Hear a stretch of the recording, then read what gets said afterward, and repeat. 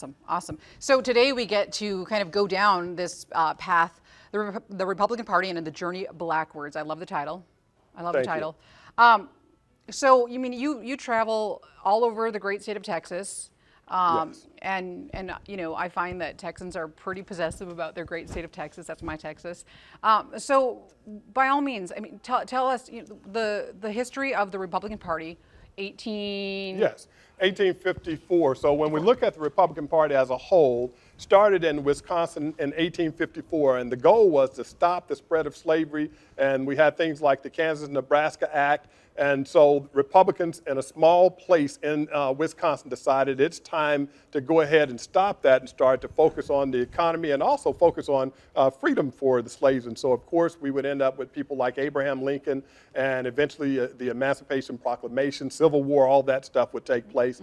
But in the great state of Texas, it would be a few years later. The Republican Party here started on July 4th of 1867 in the great city of Houston with 150 black men and 20 Anglos. Most people don't know that. 150. So tell us a little bit about how 150 black men all come to the helm to be the fire starters, the igniters of Texas's Republican movement. Absolutely. So during this time, during the 1860s, of course, we have black people that are newly freed and newly enfranchised, and we had several groups that were coming in. The Freedmen's Bureau was one. Freedmen's Bureau with the 38th Congress, they were extremely supportive in making sure that blacks were being able to learn to read and write, making sure that contracts were fair that were provided to blacks, making sure that newly freed blacks were able to find their people that were sold into slavery, their family members. And so the Freedmen's Bureau was established in Texas as well by way of the federal government and the military,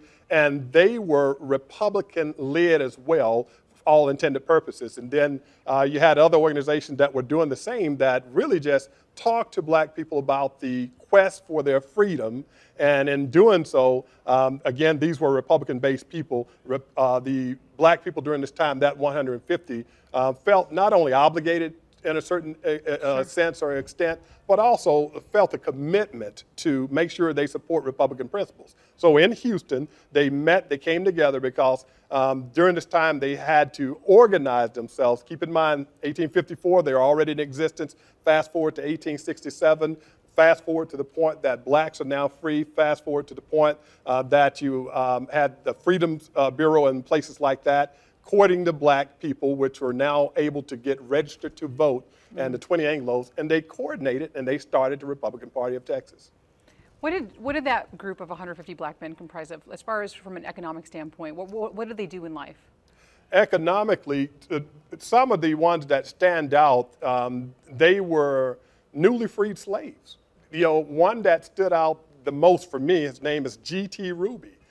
G.T. Ruby was one, too, which was a newly freed slave, but G.T. Ruby was instrumental in making sure that legislation was passed forth and things of that nature. Another was Matthew Gaines. If you've heard of Texas A&M, I know there are a lot of Aggies people out there. Texas A&M or even Prairie View A&M. Matthew Gaines was a slave from Pineville, Louisiana. He escaped from slavery 3 times. The 3rd time he escaped, he was caught here in Texas by the Texas Rangers, and he was placed back into slavery during that time. Wow. And only once he found his freedom through the emancipation process did Matthew Gaines, in a short period of time, become a Texas state senator. So here we have a lot of former slaves, not freedmen at the time, but a lot of former slaves who became freedmen, that the Republican Party not only embraced them, but gave them an opportunity to become part of the leadership with the Republican Party of Texas from its very inception.